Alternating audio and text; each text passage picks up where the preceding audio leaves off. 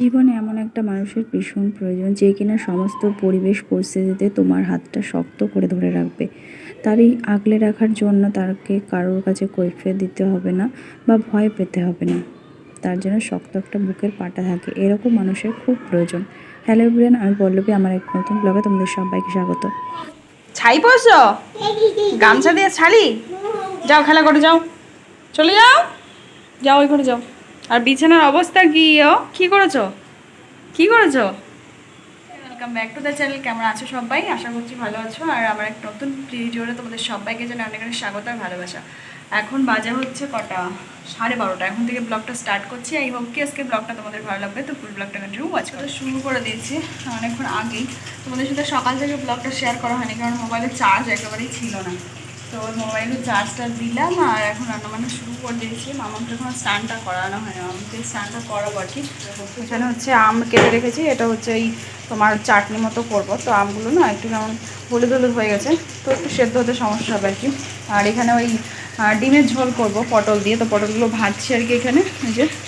আর এখানে আলুটা ভাজবো। আর এদিকে হচ্ছে তোমার কী বলে, আচ্ছা ভুলে যাচ্ছিলাম, ঝিঙে পোস্ত করবো আর কি, তো সেটাও কেটে রেখেছি। আর মামামের অবস্থা দেখো, গলার গামছাটা খুলছে না। আর এদিকে ডিম সেদ্ধ করে ছাড়িয়ে রেখেছি, এগুলোও ভাজবো আর কি। ভাতটা বসাবো, মামাকে স্নান মানে ঝোলটা বসিয়ে মামাকে স্নানটা করিয়ে নিই, কারণ অনেকটা বেলা হয়ে গেল, 12:30টা বেজেই গেছে। তো ভাবলাম কি আগে রান্নাটা বসিয়ে দেবো, ওদিকে হতে থাকবে, মামাকে স্নানটা করিয়ে দেবো। এখানে এখানে আসার পর থেকে সেই কেমন একটা দেরি হয়ে যাচ্ছে, বুঝতে পারছি না। ওইখানেও মোটামুটি হতো, কিন্তু এখানে একটু বেশি দেরি হয়ে যাচ্ছে আর কি। তো আর শরীরটাও ভালো যাচ্ছে না। তো চলো দেখতে থাকো ব্লগটা। আই হোপ যে আজকের ব্লগটা তোমাদের ভালো লাগবে। তো ব্লগটা হচ্ছে একটু এসে বসলাম, মামামকেও স্নান টান করিয়ে দিয়েছি, ও এখন গিয়ে খেলা করছে। আর বলতে বলতে ম্যাডাম চলে এসছে। আর আমার অবস্থা খুব খারাপ, মাজাটা যে এত ব্যথা করছে। তো দাঁড়িয়ে রান্না করতে করতে ভাবলাম একটু বসে নিই, কারণ ভীষণ পরিমাণে ব্যথা হচ্ছে মাজাটা। তো মামাকেও খেতে দেবো, অনেকটা বেলা হয়ে গেছে। খিদে পেয়েছে?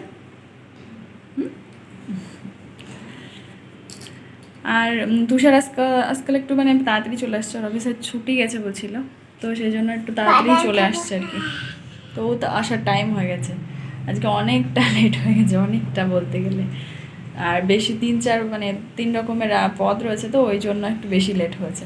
অন্যদিন 2 রকম করি বা 1 রকম করি, আজকে একটু ভাবলাম ওই মানে আমটা একেবারে নষ্ট হয়ে যাচ্ছিলো, অনেক দিনের রয়েছে, তো সেই জন্য ভাবলাম করে নিই, নাহলে হচ্ছে নষ্টই হয়ে যাবে, একেবারে ফেলে দিতে হবে। মামা না, তো চলো। সব রান্না মোটামুটি কমপ্লিট, এখন ঝিঙে পোস্তটা নামালেই বেশ হয়ে যায় আর কি। আর এদিকে আজকে রান্না হয়েছিল দেখো, আমের চাটনি করেছিলাম আর ঝিঙে পোস্ত, আর হচ্ছে ডিম আর আলু পটল দিয়ে একটা ঝোল। বাজে হচ্ছে বিকাল 6টা, এখনো সন্ধ্যা লাগেনি এখানে। ওদিকে চা বসিয়েছি আর মামাও উঠে পড়েছে ঘুম থেকে, তো মামামের দুধটাও রেডি করলাম আর কি, খাবে।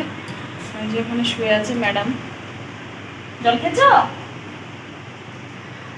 জল খাওনি? কেন? আর তুষার কাছে হচ্ছে জল আনতে। এখন আমার ওই আড়ার মতো বন্ধ হয়ে যাবে 6:30টার দিকে, তো উঠে গেছে জল আনতে। আর এদিকে বললো চা করতে, তো চাটাই এদিকে বসিয়েছি। একবার চা উঠলে পড়ে গেছে, টের পাইনি, মানে এত ফ্লেমটা হাই ছিল, তো উঠে পড়ে গেছে, তার টের পাইনি। চা এখন হয়ে গেছে, চাটা এখন হচ্ছে কাপে ঢেলে নিয়েছি, আর খাওয়া দাওয়া কমপ্লিট করে একটু হচ্ছে ঘরগুলো গুছিয়ে নিচ্ছি আর কি। তো কারণ 3-4 দিন বাদেই হচ্ছে ছুটি যাব, তো সেই কারণে বক্স থেকে না এই ট্রলিগুলোই ছিল বক্সের মধ্যে, যাতে নোংরা না হয় সেই জন্য ভরে রেখেছিলাম। তো এখন বের করে নিচ্ছি, যেহেতু ছুটি যাব, বাড়ি যেতে গেলে তো লাগবে। তো আর মামাম এদিকে ট্রলিগুলো নিয়ে দেখো কী কীর্তি করছে, বলছে আমেরিকা মানে আমেরিকা যাব, আমেরিকা তো বলতে পারছে না। তো যাই হোক, ওদিকে ঘরটার গোছানো মোটামুটি কমপ্লিট। আর এদিকে তুষার বাজারে গেছিলো, তো বৃষ্টিও ভীষণ ব্যাপক জোরে চলে এসছে। বেশ গরমও ছিল আজকে, তো মোটামুটি আজকে গরমটা একটু মানে কমবে।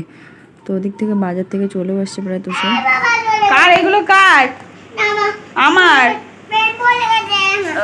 পড়ে গেছে, দাঁড়াও, এগুলো আমার, তো এগুলো আমার। আর এগুলো কার? এগুলো আমার বাজার থেকে চলে আসার সময় না এই লঙ্কার পকোড়াগুলো নিয়ে এসেছিলো, তবে এখনকার পকোড়া অতটা টেস্ট লাগে না, মানে সেই বেসনের কোটিংটা না অনেকটা দিয়ে দেয়। তো যাই হোক, খাওয়া দাওয়া করছি। আর হ্যাঁ, ভয়েস দিতে গেলে প্রচুর মানে সাইড থেকে নয়েজ আসছে, সেগুলো একটু ইগনোর করো, যেহেতু রোডের পাশে একদম ঘরটা, তো সেই জন্য। চলো আজকের ব্লগটা এখানে রাখছি, দেখা হচ্ছে একটা নেক্সট ব্লগে। ততক্ষণ ভালো থাকো, টাটা।